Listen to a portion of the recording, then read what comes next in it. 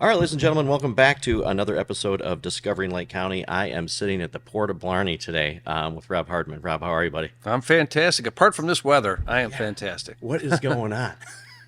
Yeah, good old Illinois weather. There's only two seasons, winter and construction, right?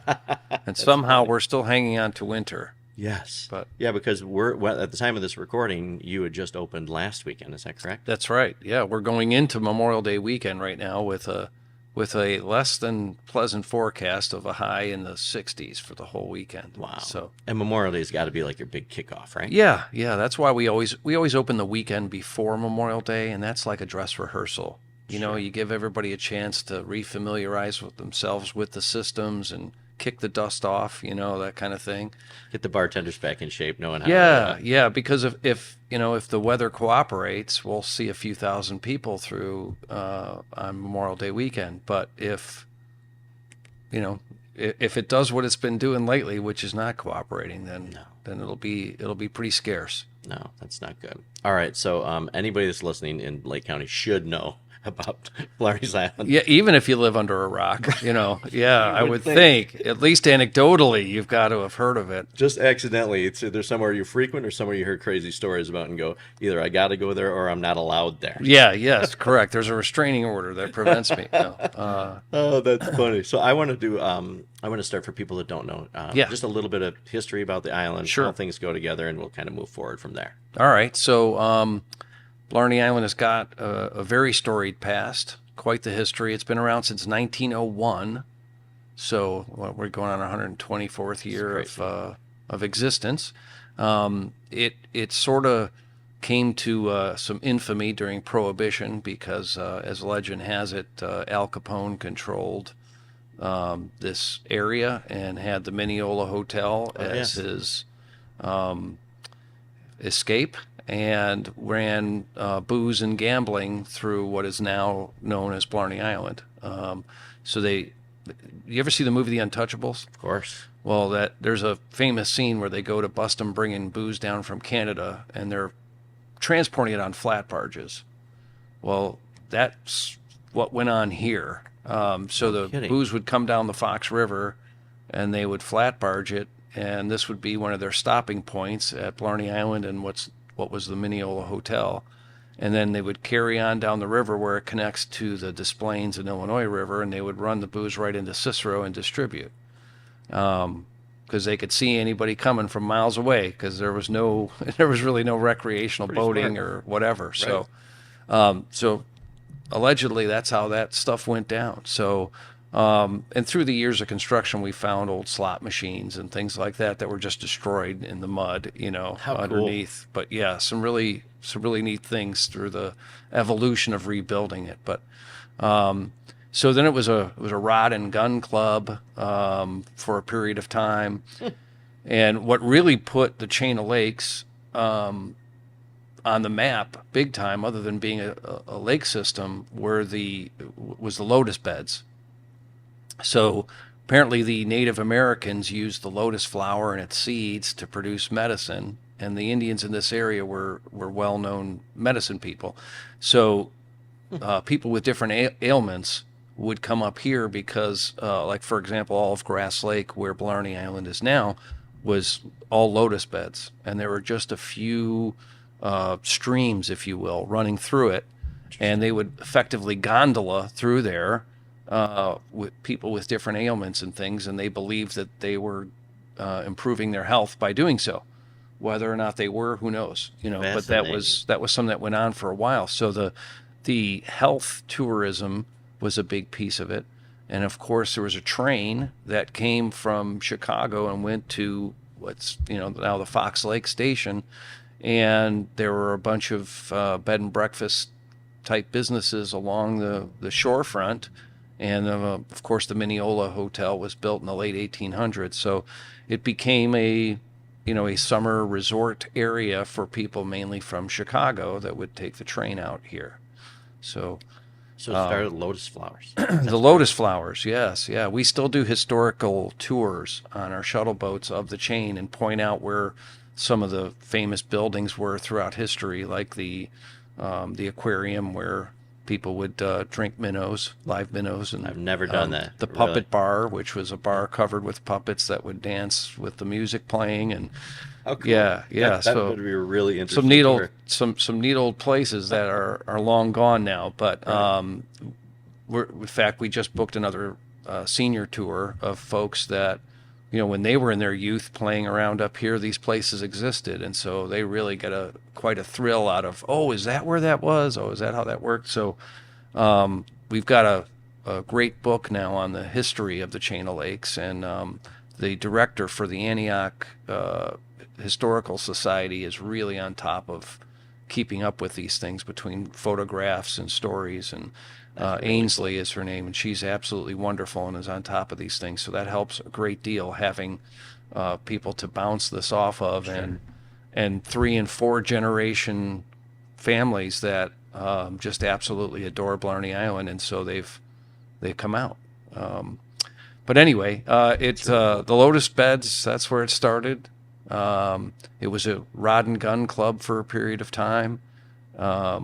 And then as the legend goes, where it got its name, Blarney Island, during the Prohibition days, you had the Italian mafia and the Irish mafia running booze predominantly. And then, of course, you had a Jewish mafia, and they tended to be with whoever the power structure was. Wow. In whichever area.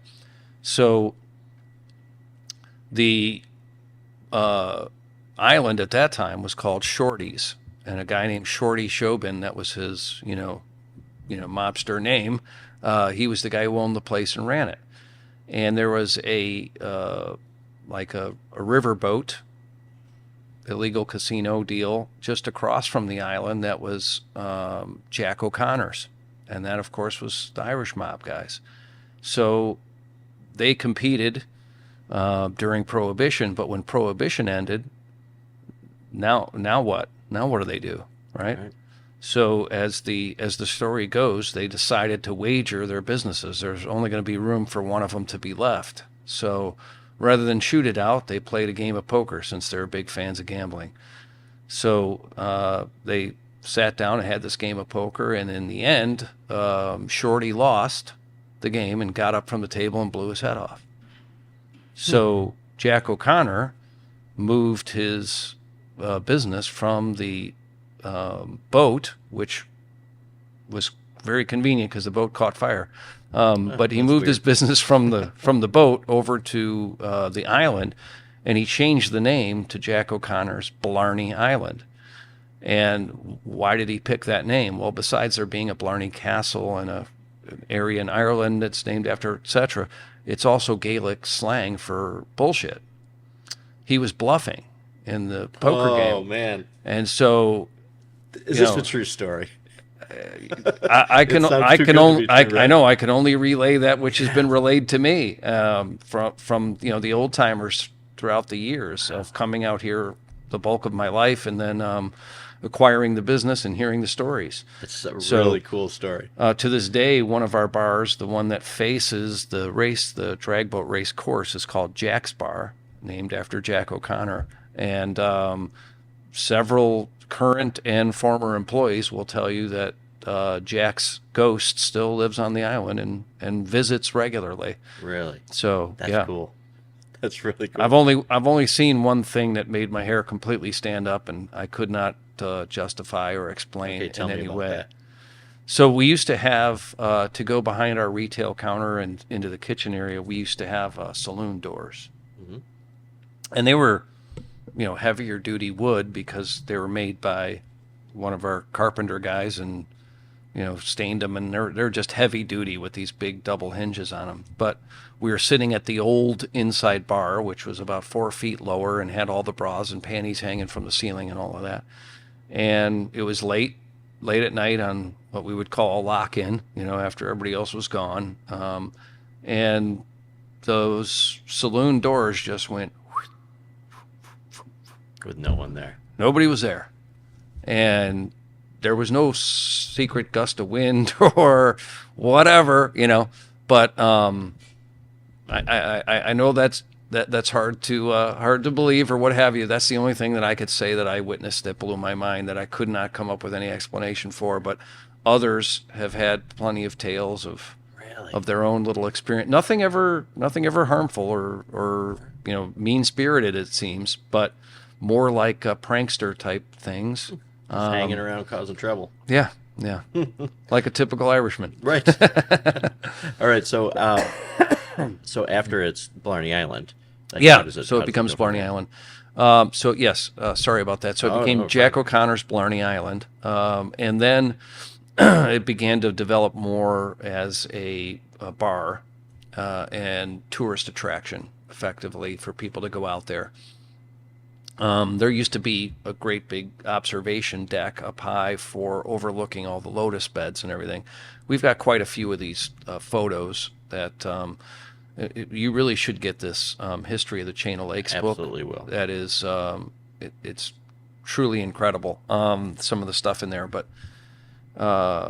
so after Jack O'Connor, for a little while it was called Rohima, but after it was Jack O'Connor's Blarney Island, the Blarney Island moniker stayed, and just the Jack O'Connor's part left. And then it was only in like 3 families in throughout that time frame. The most recent of them being the Haley family, which is how I became involved. So several of the family members owned it, together, and then buying each other out and so on and so forth. And ultimately, the youngest of them, youngest of 14, John, yes, he incredibly hard worker, and he bought out his brothers and was the sole owner at the time that he and I became friends. And I was in the banking business, specifically mortgage banking, but we became friends, and he was a client, and I was very much an irregular there. That's my way of putting it. As opposed to, an irregular as opposed to a regular. I was there regularly, but I would be what you called irregular. But I would bring out clients and things from the city and come spend. Usually I would get up here on Thursday night for the boat races. I had my own assigned parking space and my own assigned table and all of that stuff. And so it was great. It was like my Cheers, and it was so different from anything else that you go to anywhere in the country. So the uniqueness of it was a major attraction, and the fact that it was only an hour away from the city was another major attraction. You're getting away without spending your whole damn day traveling. Absolutely. So I ended up having my weekend place up here and hanging there all the time, and then at some point John decided that he was going to sell the business, and I talked him out of it and into us becoming partners instead. And about 10 years later or so, somewhere in there, John ended up selling out and moving away. And so I was in the restaurant, bar, marina, concert venue business full time. Hi, Jody St. Mars. I'm here with Educators Advantage today because we are sponsoring Teacher of the Month. Do you know a teacher that needs a little extra love and support this time of the year? Of course you do. Nominate your teacher that has gone above and beyond. Click the link below, fill in their information, and they will be eligible to win some amazing prizes. Thank you to all of our educators out there that are doing the hard work each and every day. Not your dream to do right away. It's kind of unexpected. No, it wasn't. I mean, it was always something I had a passion for, because particularly live music. I'm a junkie for live music. Nice. It's if someone's strumming a guitar someplace, it's really hard for me to not wander in and check it out. So that part is probably the most fun piece of it for me, being a live music junkie. But no, I didn't suspect that this is what I would be doing. Well, it's a fun thing, right? So that's like, it is, yeah. to be around. And I know that anybody that's in the restaurant, bar, concert industry, like there's a lot that goes into it, right? There is, and anyone who's actually in the industry can tell you, I'm sure, at least 10 stories of people who think that it's all fun and games and that they make a ton of money, and then they jump into the business, and was it almost 85% of them fail within 2 years? Yeah. So many things going on, right? And so how many, give me an idea of like how many people are employed by Blarney's during the summertime?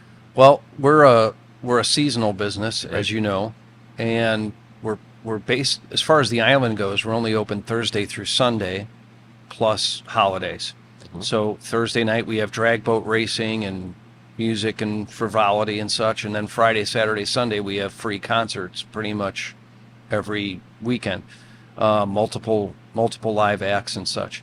But to put that stuff on, there's a whole lot of temp people, fill in, seasonal, this, that, and the other thing. So in the height of season, we've probably got about 140 people that are involved. Wow. And it goes down to like 3 people in the winter, other than the staff here at the Port of Blarney, because it is open on the weekends year round. It is open on Yes, the weekends yeah. year round. Mhm. Okay. Yeah. Yeah, and if you haven't been to the port, you have to come by here. Just have like, this is like the because I don't have a boat. This is my before after. I would say I really remember a lot of Yeah. it here before we head out, and then when I get back, it's Yes, a little bit more of a blur. free for all. Tom Keefe from 95 Will Rock, the Tom and Leah show, he likes to say that the ride out to Blarney Island is like being at the library. Everyone's sitting there. They're pretty quiet. No one's really looking at each other. He goes, then the ride home is like it's utter chaos. People are, anyway, it's interesting for It's a sure. lot of fun. Yeah. Okay, so being a live music fan, Yeah. and I've looked at like your lineups and like different theme things you do. Like I Yeah. know that there's a 90s weekend this summer. Yes. And everything. It must be really fun having the bands out there. Do you get to enjoy it a little bit anyway? Yeah, for sure. It's I can't just sit and enjoy the way perhaps I would like to. Sure. But truth be told, I'm not very good at sitting around. It's just not how Gotta I'm be made moving. up. Right. So yeah, I'm not real good at downtime. I think something you alluded to when we first got together here this morning was a day or two is wonderful. That break is wonderful. Yes. But after a day or two, I have to be occupied. I got to be in there and working. It just doesn't suit me to sit around. So. Yes, it's a certain kind of breed of people too. Some people can go on like I say, even going on vacation, it takes me 3 days to relax, and then Yeah. maybe you get the one day, and then Yeah, now it's and then, time to. Oh my God, what do I got to do when I get home? So you got to like start working again, right? You Yes, just gotta so stay true. Busy all the time. Yes, very true. Okay, so a couple things I want to talk to you about is Yeah, sure. what could people expect this summer? I know we kind of jump around everywhere, but like Sure. some really cool stuff we have coming. Any listeners like things they should watch out for? They shouldn't miss. Okay, that's a great question. So we are a lot of things to a lot of people. So depending on who you're talking to or talking for, perhaps, would determine the answer to that. Because some people are really, for example, we have a crowd of people that are religiously attending the drag boat races. Yes. And it's like NASCAR on the water. And So cool. we call it thunder on the chain because it's the chain of lakes, and the big boats sound like roaring thunder, and you can hear them for miles away. But so there are people that's their jam, and some people that's their only jam. They want nothing to do with the live bands and the DJs and the other events and things. They're just about that deal, and I get it. I'm also in offshore powerboat racing. It's another one of my businesses. I do my company does the World Series, if you will, of offshore powerboat racing. Cool. It's called Race World Offshore. In fact, for the first time ever, we're going to have a race in Chicago, Labor Day weekend. We have one in Michigan City that's pretty close as well, the first weekend of August. So anyway, I Super digress. fun. No, that's great. So we've got that kind of crowd. We've got the afternoon boater crowd. And what I mean by that is families, sometimes an older demographic that want to come out either with their children, or an older demographic that want to come out, just say, and have lunch and enjoy the afternoon sun in the middle of the lake. Because again, we're a mile offshore, sponsoring our only slogan that we came up with, which was a mile away from reality. The other slogans or monikers were given to us by others. And we could talk about that at some Yes. point. But so we're a mile offshore, thusly a mile away from reality. So we've got a whole clientele that comes out on a Saturday or Sunday afternoon, or a Friday afternoon even, and they come out in their own boats, and it's a stop along the way for them for their day, and they do that often religiously. Very, very regularly they'll do that. Then we've got a later at night boating crowd that tends to be a younger demographic that wants to party, Right. And so you can watch, like on our camera system, you can watch, and when you speed it up, like you see, and you can watch that transition happening, on a typical Saturday afternoon, for example. So that's its own demographic, if you will. And then the lion's share of our business is actually coming from the shuttle boats. So it's people who either don't have their own boat, or don't have their own boat here on the chain, or prefer not to go through all the hassle of getting their boat out and uncovered. And Sure. For $15 round trip, you can take the shuttle there and back and have to do nothing. You can take your cocktail with you and just relax, that type of thing. So in that regard, it makes a whole bunch of sense for a lot of people. When I first got involved here, the business was 75% boaters and 25% shuttle people. That has completely inverted over the years. Really? So we're 75% shuttle business and only 25% boaters. Wow. Part of that is because our overall footprint of customers has grown. The nature of the beast, when you've got fixed costs, the more people, so to speak, you could spread them across, the easier that is to stomach.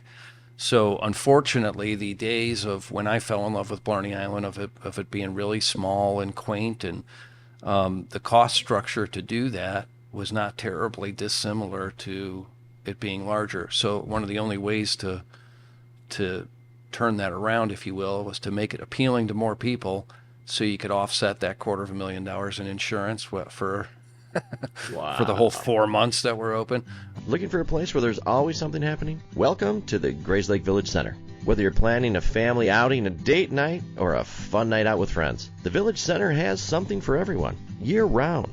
Enjoy a fantastic mix of restaurants, unique retail shops, and exciting events that bring the community together. And just steps away, you'll find Central and Gelatin Parks, home of the library, aquatic center, skate park, senior center, and numerous recreational opportunities. Whew, that's a mouthful. So if you're looking for something to do, come explore, dine, shop, and play right here in the heart of Grays Lake. Find out more at grayslakevillagecenter.com, and go check them out on social media and give them a like, give them a follow. Again, we import and export everything, and a lot of people don't grasp that. We're not connected to ComEd or Nicor Gas, or we run our own generators 24/7. See, those are things I wouldn't know. Yes. I didn't even think about that. There's no connectivity to shore whatsoever. So for our point of sale system, for example, we've got a military grade encrypted internet signal that comes from shore and is beamed out to the island in order to operate our register system and cameras and Things people probably don't think of, and wondering why it costs maybe a little higher for other things. There's a lot of things to take care of. That's one of those honestly, that's one of the most frustrating things when you'll have someone go, I like to do a snarky voice when I do this, where people will go, how come your drinks are 50 cents more than that place over there? Okay, well, where do I start? Yeah, how much time have you got? Well, let's just say, for starters, that bar for an entire year probably has an electricity cost of $25,000 for a whole year. I'm open for 4 months, and on a good year, it's almost $60,000. And right after when Biden took office and diesel tripled for whatever reasons, I'm not going to get into political arguments, but diesel went up to $6.40 a gallon. It cost me $160,000 that summer for 4 months to have electricity. So, That's enough explanation. People don't get that. They don't understand that a delivery truck, like for example here at the Port of Blarney, a delivery pulls in. They walk the stuff in the back door. You put it in your walk-in coolers or your freezers or what have you. When you go to the bathroom, you hit the flush, and you don't think about it after that. The garbage goes out into the dumpsters and it gets picked up. Well, when you're a mile offshore, none of those things apply. So everything gets double and triple handled naturally, and everything's got to be transported out there. Everything's got to be transported back. So you've got to have the physical vessels, the boats to do that, the barges, the people. So you start stacking all that up, and it's like, you got to be kidding me. Yeah. So one time in particular, the snarky voice I was doing was a woman who came out she was, what we would call a regular. She was there all the time, but there was always like this little bit of an edge, like she was upset that our drinks were 50 cents more than her other hangout. And I even gave her an example. I said, just for fun, I'm just going to pull up your tabs. And on average, she would have 3 to 4 drinks while she was there for several hours. And I said, I'm going to give you the benefit of the doubt. Say you had I'll pretend like you have 5 drinks every time you're here instead of 3 to 4. Mm-hmm. So at 5 drinks times 50 cents, that's $2.50. And you're going to let that bother you so much that you spend a total of $2.50 more, because there's no cover charge to come in. Right. So if it's not worth that, and I go, heck, let's double that. Let's say it was $1.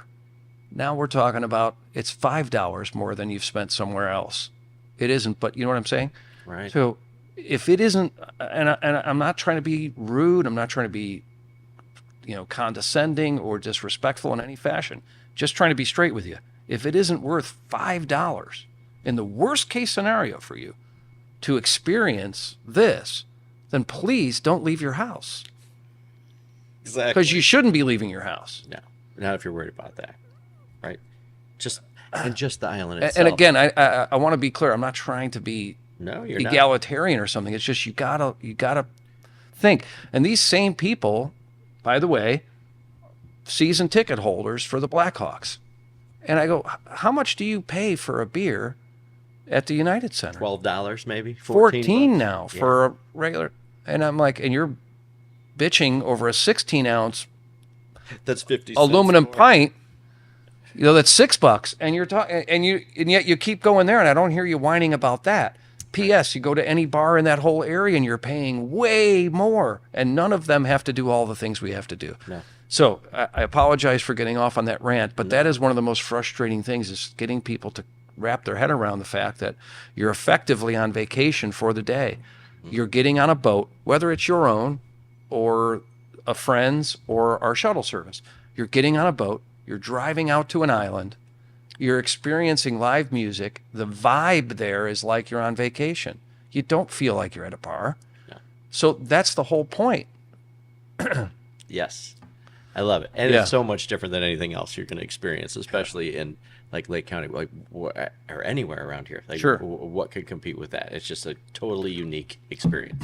That was a long-winded answer. No, that's sorry. good. I go off on tangents, man. I'm sorry. Right.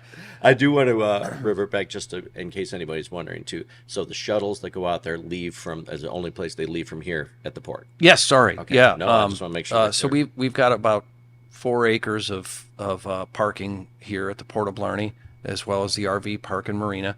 But people will come here and park and get on our shuttles just right here. Mm-hmm. We've got 2 45-passenger shuttle boats that run to and from the island during the hours that we're open effectively. Exception to that would be like Friday during the day, the shuttles aren't running. So we're open, but only for people with their own boats, skeleton crew type thing. Right. But so Thursday evening, starting at 5 o'clock, Thursday evening, Friday evening, all day Saturday, till everyone's off the island, 2, 3 in the morning, and then all day on Sunday, plus holidays. So like Memorial Day weekend, for example, or Labor Day weekend, Sunday is like another Saturday.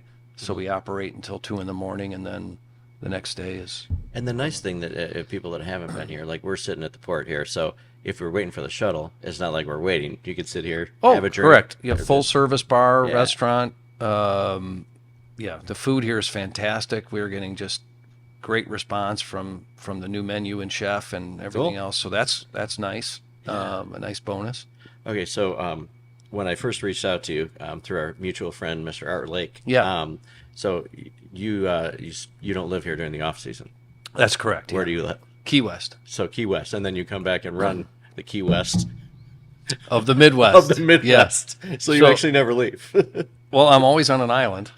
That's good. Where we are right now, by the way, this is an island. Most people don't realize there's Grass Lake Bridge just there. Uh-huh. And if you go down this way where there used to be a little breakfast place called Granny's, they've relocated. Mm-hmm. But if you go down there's another bridge that you go over. So this area that we're on right now is an island. Interesting.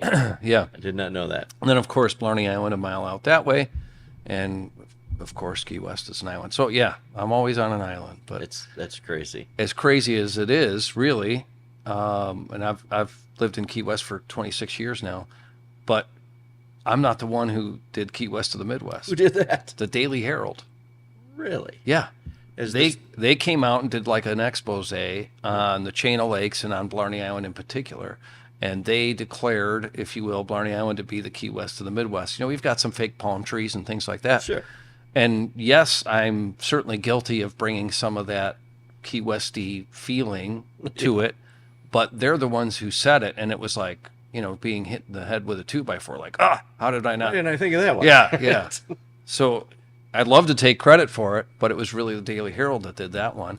And then our other slogan is greatest boating bar in the world, and that came from Extreme Boats and Speedboat magazine back in the day. They did like a magazine poll of what were considered boating bars. So we had nothing to do with those slogans, but obviously we grabbed hold of them and ran with them. Yeah, and it's a nice little reminder that you're doing things right when you're getting those kind of nicknames, right? Yeah, there's a lot of other names that could come with it you wouldn't want. Yeah, very true, and I'm sure we've been called them a time or 12. Yeah. So I like that that you identify, like, you know, how crowds go, right? Because a lot of people said, "Oh, well, is that a family place?" Like, I'm like, well, in the afternoon, right? Sure. But yeah, and it is certainly much more so than it was like when I first started going out there. When I first started going out there on Thursday nights, it was like the movie Roadhouse. It was, you know, fights and craziness, and embarrassingly, that was kind of an attraction at the time. Yeah. Right. But and kids were not allowed on Thursdays. Kids were basically only allowed on Sundays back then, and so on and so forth. So now it is very family friendly. We're still restricted to being considered like a nightclub after dark. Mm-hmm. So at sunset, we're 21 and over. But during the day, at an average boat race on a Thursday night, we'll see, I don't know, 12, 14, 20 kids that are out there with their families experiencing it. And I think that's wonderful for the kids to get a chance to experience that. Absolutely. And then obviously cool. At sunset, the kids have either got to be on their boats, or oftentimes people just, head home if they've got children with them at that time. But Saturday afternoons, and especially Sunday afternoons, there's tons of families, lots of kids. That's great. We even do I don't want to forget to mention, we do an event called Christmas in July. And on the Sunday, we do a completely free event for the kids in the area. I buy like 400 presents, put them under a Christmas tree.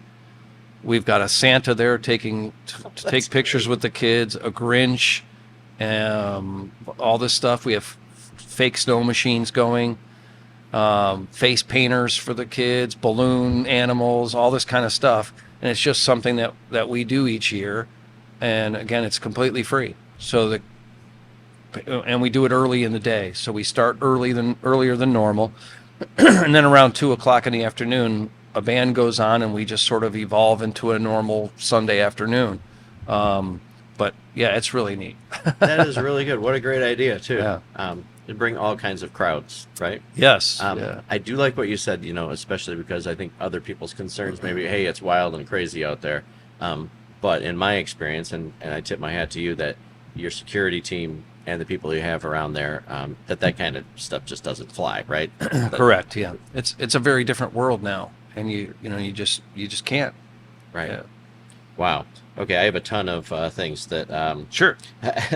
So let's talk about some other big events that you have during the summer. Sure. One that always is glaring to me as I'm like scrolling through your Facebook and all the other things is the body painting or whatever event. Yeah, couple yeah, of things. Fantasy Island. Yeah. Yeah. What is that all about? Yeah, sure. So, there's a festival in Key West called Fantasy Fest, and it goes back to the 1960s, I think. But it was always the end of October. Strangely, nothing to do with the holiday of Halloween. It was all tied to a Bahamian festival called Goombay. And at the end of Goombay, Fantasy Fest started. And so it's close to Halloween, but really has nothing to do with Halloween. But it's a dress-up deal, and there's always a theme each year at Fantasy Fest in Key West, and a lot of people completely ignore the theme, and others try to do their costumes or body paint to go in with the theme. So probably the thing that made it most famous or infamous was the body paint aspect. I'm sure. So instead of putting on a costume, they would get a latex paint sprayed on their bodies to make them look like, Thor or, whatever they're going for. Right. Whatever they're going for. And so after many years of experiencing that, we had our first original massive festival weekend here, which was called Blarney Gras, and it was like our twist on Mardi Gras. Mm-hmm. So beads and boobs, but island style. Sure. And that event just is, off the charts. So we always have to turn away a few hundred people because we hit capacity, got no place to put them, and they try and get here at. It never ceases to amaze me, the people who want to show up at like 10 o'clock at night on the busiest day of the year, and it's like, we've been full since 3 or 4 this afternoon. Right. And probably complain as well. Yeah. But I digress. So from there, it started off as Blarney Gras 2. So Blarney Gras is in July, and we did a Blarney Gras 2 in August, and that was going to have a theme, the Blarney Gras 2. So the theme that stuck very quickly was Fantasy Fest, and I'm very good friends with the most famous body painter in the world, a gentleman named Joe Carter. So, and he's based in Key West, although he was at Woodstock, he toured with Ozzy Osbourne, all this kind of stuff. Oh, cool. Yeah, really interesting human being, but incredibly gifted painter. Next time you come out to the island, you'll see he airbrushed our bathrooms to be like cool aquascapes and such.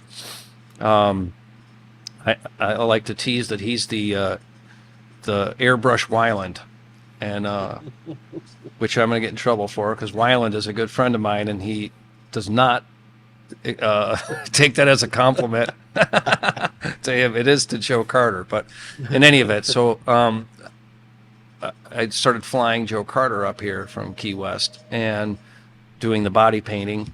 So we bring in folks from Key West for our Key West Fest, which is our first big festival of the season in June.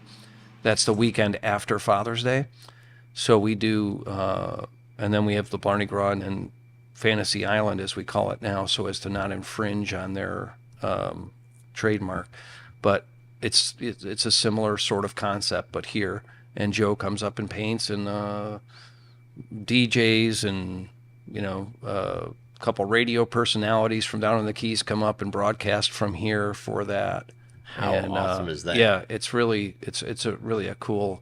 That's my favorite event of the year, personally. Is that your busiest time of the year? Is that your busiest? Yeah, well, it's either Blarney Gras or Fantasy Island, depending on which one, and they flip flop, and I think it's probably weather related. I was just going to say it's got to be, right? Yeah, If it turns out to be a great when weekend. one's weather is great, it's amazing, and if it's questionable, it's still really good. But yeah, So you guys, you're kind of at mercy to the weather sometimes, right? painfully so. Yeah. Yes, painfully so. Like we were just talking about, like even this second weekend open, even with the crappy weather on Memorial Day, like this should probably be like, you don't know what to expect, right? It's kind of, I'm sure with having staffing and everything like that, it must be difficult and kind of touch and go sometimes. It is. It is. And, it's a logistical nightmare. Sure. And it is from a staffing perspective as well. We're extremely blessed with, sorry, people throw that word around a lot, but fortunate that most of our staff are very passionate about Blarney in general, so it's not just a job for them, it's I hesitate to even say this because of how cliche it is most places, but you hear people talk about their work family, and usually that's lip service, and it goes about as far as everyone's immediate convenience. Sure. And here, there's the Blarney family that is, I would stack them up against any.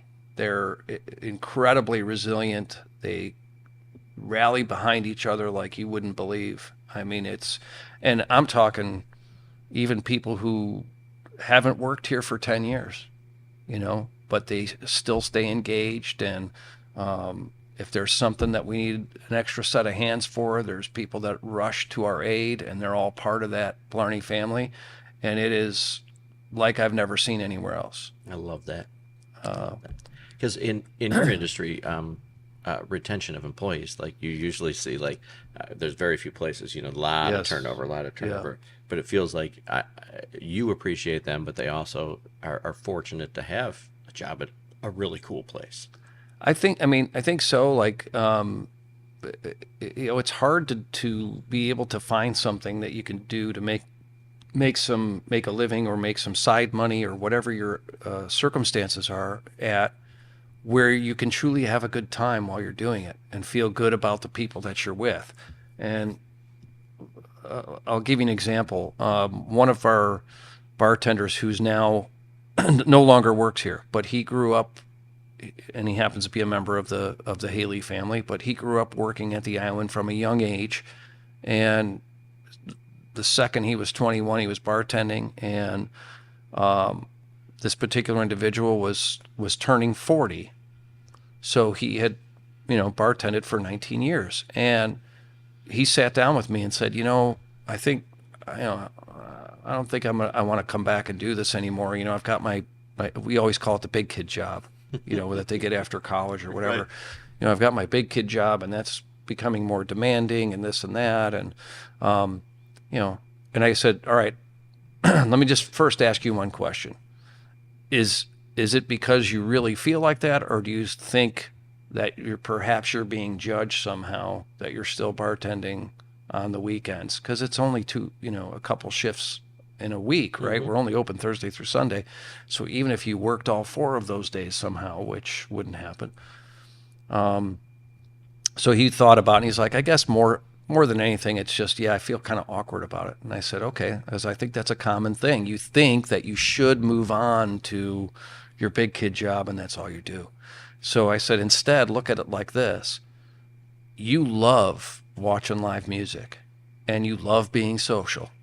So instead of if you were not here working, you would be either here or some other bar. You'd be on the other side, right? Yeah. Spending money. You'd be spending money to watch music. A lot of those places have cover charges to get in to begin with. So not only are you not making any money, but you're spending money. So it's a double whammy. And I said, let me just do the economics for you. Let's take your exact scenario. And we played it all out. And by the time we got done, he goes, I'm absolutely still bartending. Got him back, right? Well, yeah, because when you have great people like that, you hate to see them go. But yes, you also don't ever want to have it be a one-sided deal. Like, oh, I want you to stay, so you should stay. No one's ever happy that way, right? It's got to be because it makes sense. And oftentimes we all get into our own heads, and we don't necessarily make a decision that's the best one. We do what we think we're expected to do, what society is deeming the normal course of action.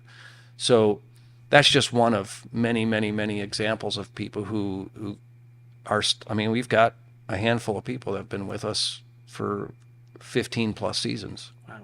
And I know we talked about how you got to be friends and you were out here all the time. So how many years have you been involved? John Haley and I became partners December of 2003. All right. So that's 22 years. Yeah, Wow. almost. And yeah. you were hanging out Maybe a here year. and associated with the place for a long time. Before Yeah, that. yeah. I think the first time I stepped foot on the island, I was 14, Wow. which is way behind where a lot of other folks who came out with their parents and stuff. But the quick anecdotal story: the first time I stepped foot on the island, I was just like blown away that there could be such a place in the middle of a lake. And the people I was with, I said, "Wow, this place is cool. I'm going to own it someday." Did you really? Yeah, I did.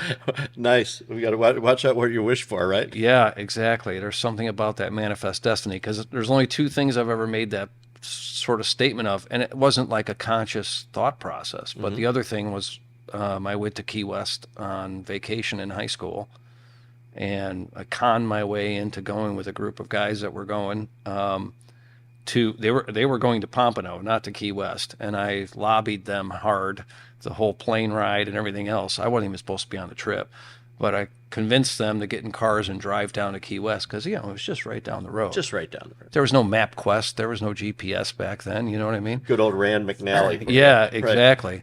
Well, after quite interesting stories, we finally made it to Key West, and it was like I absolutely fell in love with the place, and I declared right then and there that I was going to live there. And of course, all my buddies were like, "Yeah, right." And almost just shy of 10 years later, I bought my first place there, and sort of never looked back, so to speak. So That's great. those are the two proclamations that I made.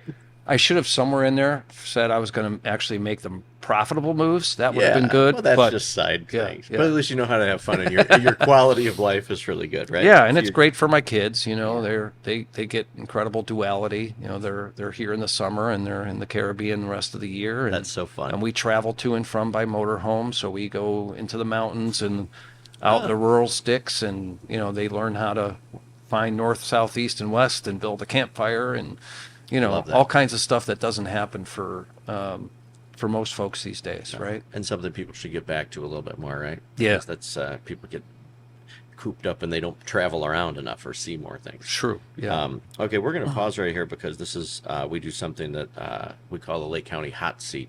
Okay. This is to get to know you just a little bit better, some personal things. And Oh, boy. we're gonna throw some Blarney's ones in here too. Okay. First car you ever had? My first car was a 1972 Volkswagen Dasher. A Dasher. Yeah, it was given to me. I worked at an auto supply store, and a guy who came in bought it for his daughter. It needed some work, and she thumbed her nose at it because it was beneath her, apparently. It needed brakes and a bunch of other stuff, and he was so annoyed that she was so ungrateful, and he was a regular customer, and so he goes, "Hey, kid, you want a car?" I was like, "Yep." Wow. Yeah. Oh, yeah, and give it to you. I grew up poor. I was like, absolutely, I want that car. And he's like, well, it needs a bunch of work. I'm like, I work in an auto parts store. Come on. Right. So match made in heaven. That's the owners let me park it out back and put it up on stands, and little by little, I got that thing fixed to running, and that was my first car. Yeah. That's really cool. Yeah. All right, with your love of live music, first Yeah. concert you ever went to?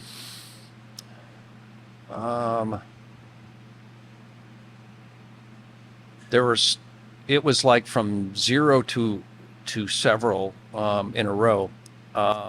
So I'm not sure if my first concert was Prince or my first concert was Rush. That's a very different. Very different. Awesome. I grew up in a very diverse area. I was the only white boy in my grade school class. I can show you my grade school class Really? picture. So music-wise, it was very, very different inputs and interests that developed from there. The first record I ever owned was Sugar Hill Gang, Nice. and I think the second one was Led Zeppelin. So I mean, it's not like it. Prince. It's not like it necessarily made sense, but Right. one of those two was the first, and one of those two was the second, and I can't really say for sure. Wow. But they were Where did you grow up? Maywood, Maywood. yeah, Wow. Bellwood, yeah. Nice. Have you ever eaten a roller dog from a gas station? Embarrassingly, yes. Yeah. Well, you travel. You're motorhoming across. Then No, sometimes. never in that. No? This would have been in my youth. Okay. Going into which which at the time was everywhere, 7-Eleven or White Hen. Oh, the White Hens. And they would have the rotisserie hot dogs and stuff. Now there's no chance that I would do that, but I'm much more health Find out how conscious. dangerous you are, right? So, Yeah. Back then I would do just about anything. Tell me something, especially because you have a lot of wisdom coming this far. Whoa. Tell me something that you wish that you'd learned sooner in life. Oh man, that I don't think we have enough time for all of that. That's right. Well, I don't know how many things that I'm not sure what to focus in on first, but certainly that what everybody else thinks is a lot less important than you think it is at whatever stage in your life. Because when you're a teenager, you think all this peer pressure and what everyone else is doing and all that is, you think that importance level is so high. And rather than that going away, it tends to evolve. I mean, I see people in their 40s and 50s feeling like they need to change stuff on their house because, you know, the keeping up with the Joneses mentality, which is all just an insecurity of some sort, of feeling like they got to fit in or go. So, certainly something in that arena would be way up there. Right. Almost like the story you told to your bartender. Like, is he going to get his big boy job that everybody expects him to, or live your life how you want to, right? Yes. Obviously, there's a good middle ground because we need to pay for everything. Correct. Well. Yeah. I would never advocate for being irresponsible. But we're not living in a world where there's too much concern of young people being too devoted to their work. If anything, it's a really nice way to say that. Yeah, if anything, it's the polar opposite. So, and that is a form of peer pressure. But you know, when you were coming up, when I was coming up, it would be embarrassing to you. Again, we grew up pretty poor, but it was embarrassing that, you know, you had to wear the blue light specials from Kmart instead of the Nikes, or this or that. Or if you didn't work by choice, my God, the ridicule over that would be too much. Right. Totally whereas today, like, people brag about the fact that they're bums, that they don't do anything, that they have zero ambition, they have no goals, they have no drive, and that's that. You're proud of that? Yes. I can't wrap my head around that. But anyway. Yes. I digress again. And when you get to talk to kids about what they want to be when they grow up and they're influencers, so they're going to make $1 million just accidentally doing nothing. Taking pictures of myself, yeah. Right. Everyone wants to be Kim Kardashian or something, yeah. All right. If you had to have a signature cocktail based around you for the island, what would it be? Well, it actually exists. Oh. And it's called a Rob Bomb. Okay. I did not even name it. Okay. I'm far less egocentric than it may ever appear. I can tell you that. But true story. Do you remember the Jaeger bomb? That was the original bomb, and that was Jaeger and Red Bull. And just my personal taste, Jaeger doesn't work for me, so I would avoid those like the plague. And my family predominantly still lives in the UK, so I had taken a trip to go visit family on a whim. I got a $99 airfare, so I was like, of course I'm going to go. Right. You know, it was from Chicago to London, and I just went for like 2.5 days. So I met up with a bunch of my cousins and some friends, and we went on what's called a pisser, you know, or a piss up, which just means you're going out drinking. So we did a weekend piss up. It was right when vodka Red Bull was all the rage. And especially at the time, vodka was just not my drink. I've always enjoyed beer and not so much liquor, etc. But if I was going to drink it, it would usually be rum because, you know, you put that in like punch and things like that. So happened to be at a bar in London, and they had received a sample bottle of a new product that was about to be introduced, or they were testing or whatever, called Bacardi O. And it was an orange flavored vodka. So I said, okay, I'm sorry, not vodka, rum, an orange flavored rum. And so I was like, well, that's interesting to me. So I asked the bartender if she would make me a Bacardi O and rum bull instead of a Red Bull instead of a vodka Red Bull.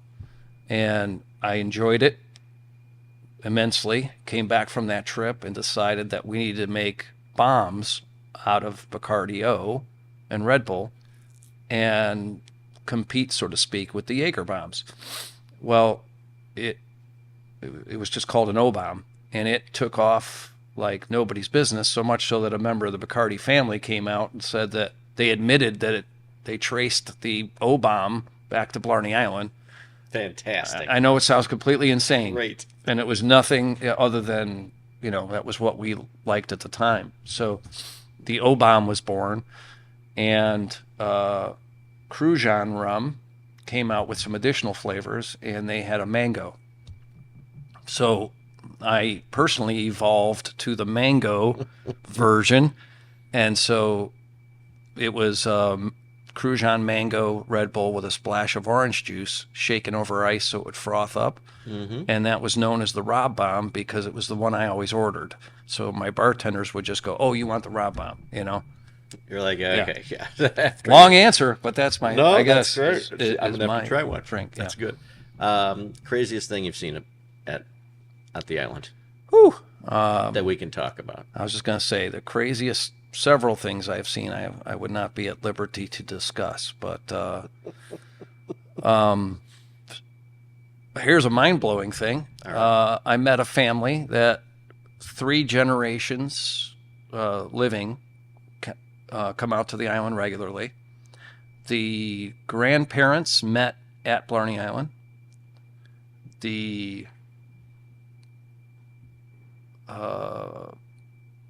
parents did not meet there, but went there regularly and got married. And then their kids, the grandkids, if you will, met at Blarney Island. Wow. Okay.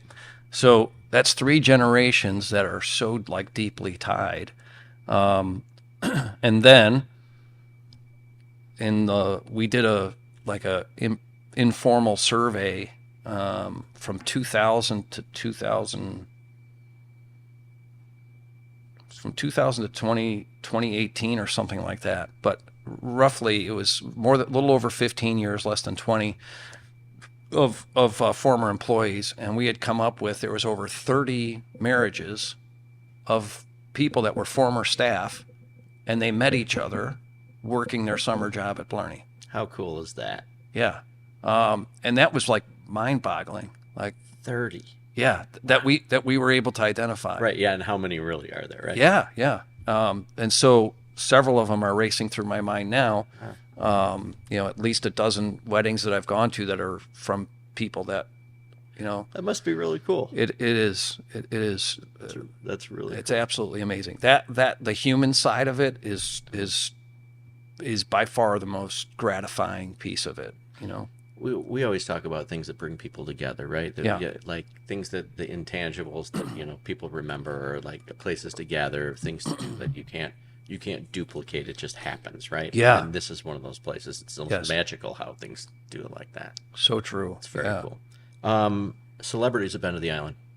Oh my gosh, how much time do you have there too? Well, the Murray brothers grew up at Blarney Island. So obviously the most famous of the Murray brothers being Bill Murray. They grew up in Woodstock nearby, which is actually where they filmed that movie Groundhog Day. It supposedly was in Pennsylvania, Right but in it the was square filmed, there. yeah, it was filmed right here in Woodstock. But so the Murray brothers, that family grew up hanging at the island, and I was fortunate enough to get to talk to Bill Murray and tell him that I owned it now and stuff, and he was really excited to talk about it again, and it was a really great response. But the Belushi brothers, they were known to come out. Johnny Woo Woo from the Cubs. Yeah. Johnny Woo Woo was a regular attendee for quite some time. A fellow that I was very tight with for a period of time would frequent the island, which is Kenny Alphin from Big and Rich, Big Kenny from Big and Rich. I've got many of videos of our escapades when he'd be rolling through town on tour and they'd stop here. And, Fun. yeah, and just let their hair down where they could do so without being accosted, you know. Sure. We've had 2 movies or shows filmed at the Blarney Island, one of which is available on I almost said it, Blockbuster, on Netflix. We're showing. Wow, did I just date myself? Holy crap.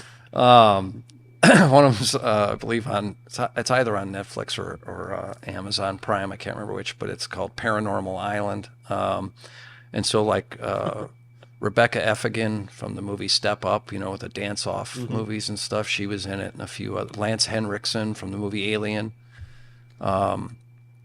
As far as random customers, famous go, Eric Agave, the actor Eric Agave. I'm screwing up his last name a little bit. But super nice guy. He came out. I met him when he came out, purely fluke, not because he was a celebrity type of thing. And strangely, we've remained in loose contact. That's awesome. But so those are some right off the top of my head. It's But kind of cool, like, because I'm sure, like any random weekend like that, you just don't know who's coming, right? very true. Yeah, we get a lot of sports figures. Like Chelios was just out again. Fun. Just yeah. Okay, so tell me something about Blarney that nobody knows. Not many people would know. Not many people Not a would random cool fact or something. Well, certainly the thing I think that most people don't know that we touched on earlier in our conversation is that we are truly an island and disconnected from shore completely. And I mean, even people that I know have been coming out there for a decade that just never dawned on them that we're running generators in the back for our electricity. So I think I have to point that one out only because it's so,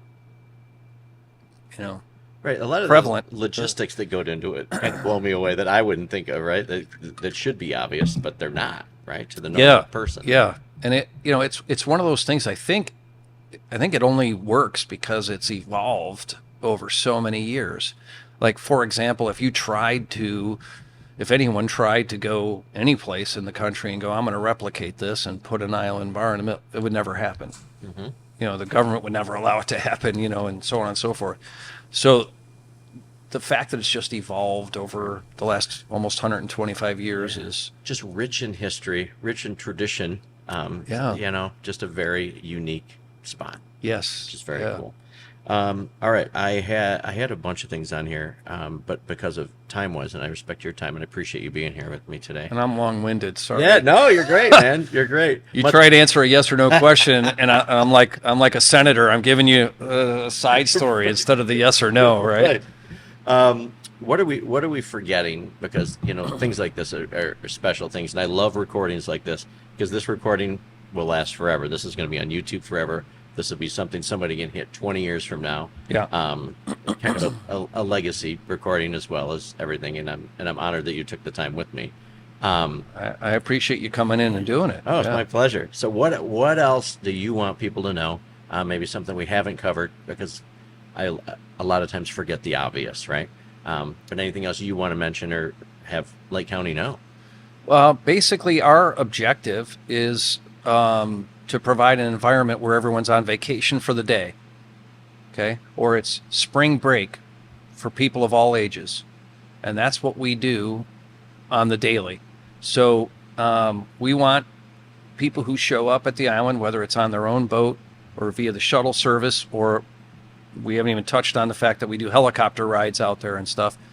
Some people will arrive by helicopter. But the concept is we want people, when they step foot on the island, to feel like they've left Chicagoland. They've left the U.S. even. We want them to feel like they're on vacation for that few hours or all day or all night, whatever it is that they're doing. You're on vacation. Just relax and enjoy yourself. And that is what we strive to produce every day. And we, in our meetings and things with staff, only in this regard do we liken ourselves to like a Disney, that when the curtain goes up, the show must go on, and you can't have the people who are there to enjoy themselves dealing with anyone else's drama or issues. They need to have a seamless experience. They're on vacation, they're having a great time, and we need to make sure that that happens regardless of what's going on in our personal lives or behind the scenes for us. And so that's what we strive for. And anytime we're not hitting it, I'm uncomfortable. Right.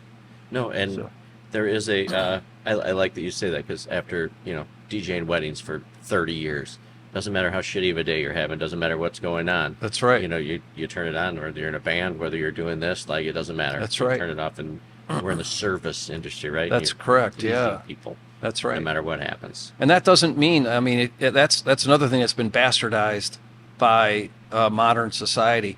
They think that catering to the customer means that you kiss the ass of the Karens. Sorry to everyone whose name is Karen, by the way. I have a lot of They got the short people end of the stick on that. dear to me that have that name, but you know what I mean by doing the air quotes Karens, the complainers that want to be unreasonable and unruly and impose their will upon others. No, that's not what we believe in at all. But any legitimate concerns, or again, everyone's been on some kind of a vacation, right? And when you get on vacation, you're sort of like a woohoo, I'm letting loose. Right. And that's what that's the environment we have to provide, and we also have to protect it. So when other people are trying to crap on the cornflakes of the person who's having fun, we can't allow that, right? No. So it's got to be either you're here for the fun or you can't be here. And so we turn away business. We hear, I'll never come back here again. Okay, good. Bye. Because people like certain people, people like that ruin the vibe completely. And so it destroys what we've worked so hard to create, which is that vacation for the day. You're at ease. So if you want to be one of those people, we would rather not have you as a customer ever, because you're a net negative for us, not a positive. I love that, and thank you for protecting that for the rest of us, right? Yeah. Because I think it's fun that people, and kind of a lost art too, that something that you're bringing, it's like a playground for adults. Where you put your hair down and have fun, stay out of the BS of everything that goes, and just let loose and enjoy yourself. Being a lot of things to a lot of people, I talk with customers who their description of Blarney is, it's such wholesome fun and it's great for our family loves it and all this stuff. And then you talk to others, because they're not experiencing the same Blarney, are they? And that's one of the things I love, is that we're a lot of different things to different people and on different days or times. So you'll talk to other people and they're like, it's the greatest rage party ever, blah, blah, blah, and they have no concept, those people, about those who are having an easy, chill afternoon. You know what I mean? So for lack of another way to put it, it's an honor to be able to participate in that sort of duality of purpose, but with the underlying theme of you're on vacation for the day, relax and enjoy. What does that mean? Well, it means different things to different people. And so you can't please everyone, but we try to cover the main area of that, so that regardless of where you are on the spectrum, you get to enjoy your vacation for the day. It's wonderful, and thank you for doing that. Yeah. You're one of the unique places too that where I go to place like go back to do like Sundance, like the people that are line dancing is part of the entertainment. Yes. But your clients are part of the entertainment. Very true. I mean, it just all you set up the playground, you see who comes, right? That's right.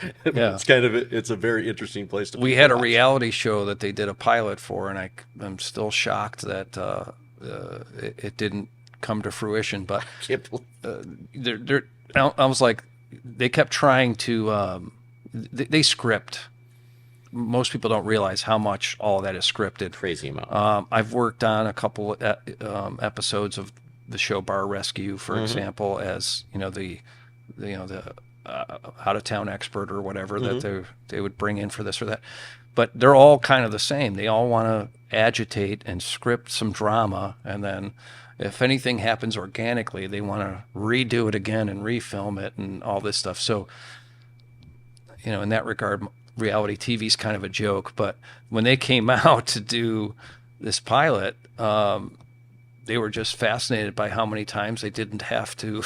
They did. It's just organic. It was just happening, and so, but in the end, from what I understand, it was the same people who did Full Throttle Saloon, and they had to choose between the two because they considered them to be too similar. And by one vote, it went the Full Throttle route, and everybody around the country has heard of Full Throttle because of, Maybe it's a blessing. Yeah. Keep it the best kept secret of. There you go. Of the But it Midwest. ekes out Yeah. now and then. We had, that farm truck and Asian. Are you familiar with them? So they came out and filmed an episode at Blarney because they turned their farm truck into a pontoon boat, and they participated in our boat races. That's awesome. And that was a hell of a day, I'll tell you.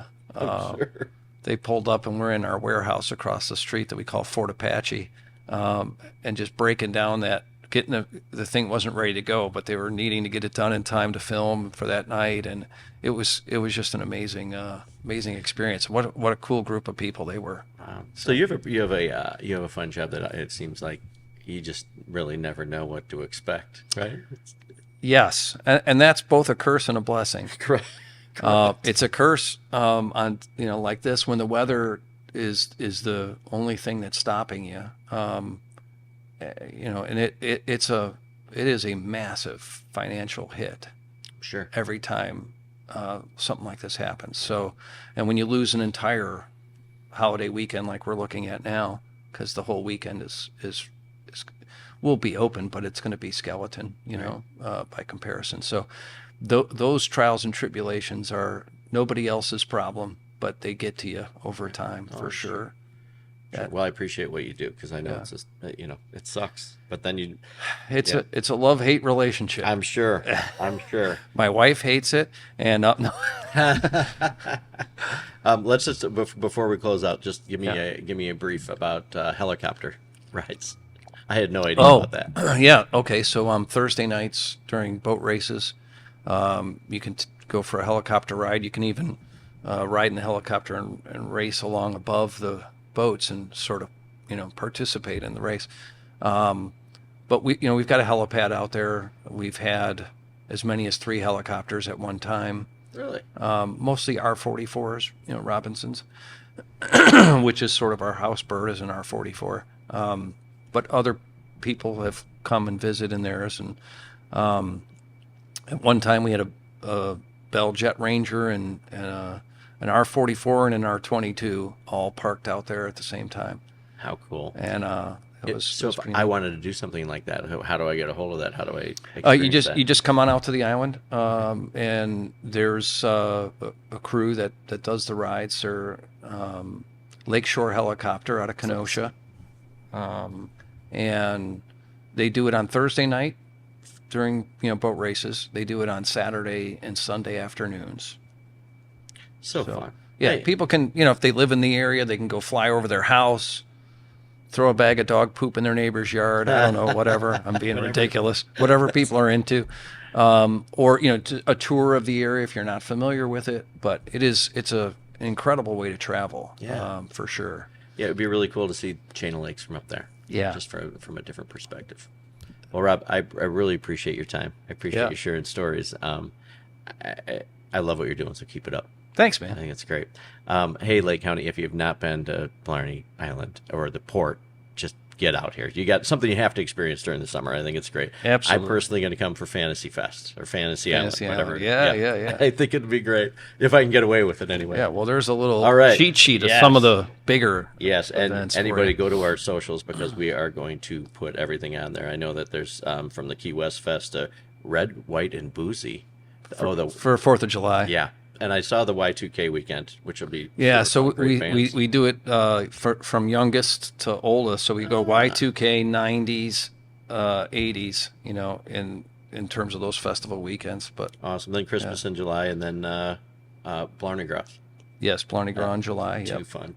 Yeah. Oh my gosh, yeah, 90s, 80s Fantasy Island, Hawaiian Luau. Is there?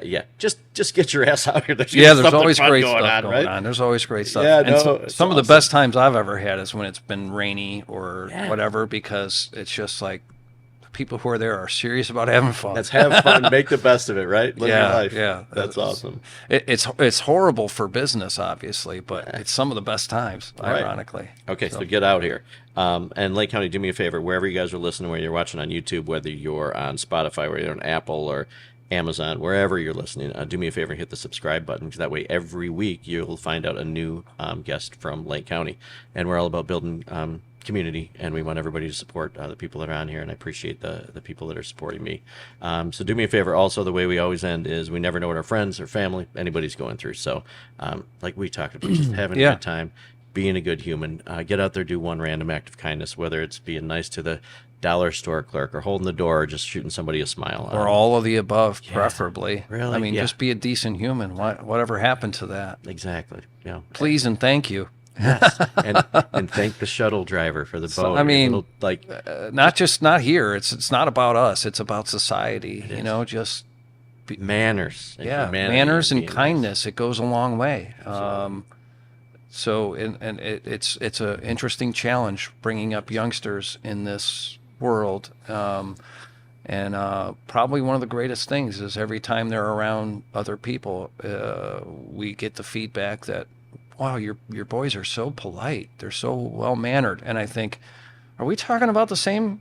Right. Are we talking about the same kids? And it shouldn't be a surprise. Right. Right. Right. And ironically, it's almost always because they're the only ones present at whatever the circumstance is that say please and thank you and ask for permission to do something and hold the door make eye and contact, and kick their shake shoes somebody's off hand. before they walk into someone's house, and all these kind of things that used to be common sense.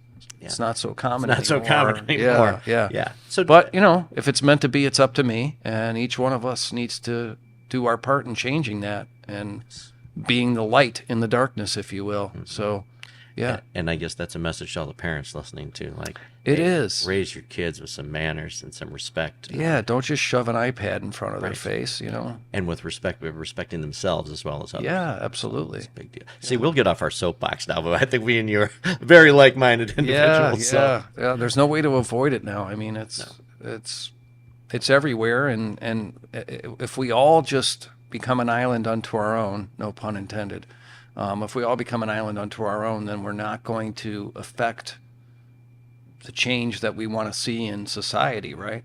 So it's easy to be a Karen and just sit and bitch about something, but that's not going to change anything. No. So the only way that's going to change is through our actions. Everyone goes, oh, the only way to change is to get out and vote. Well, let's face it, 90% of politicians are scam artists anyway, whatever party they're affiliated with, whatever. But what you do as a human being and in your sphere of influence, and what I do in my sphere of influence, and on and on and on, that's what affects change in society. Absolutely. For good or for bad. So let's hope it's for good. Make people feel important, right? And treat them with dignity and respect like they deserve. Sure, yeah. Because everybody matters. They do. In different ways. They do. But And they all sometimes matter. people need to be reminded of that as well. Yeah. So, well, thank you, Rob. Thanks, man. I appreciate it very much. Lake County, thank you guys for listening, everybody, and we will see you next week.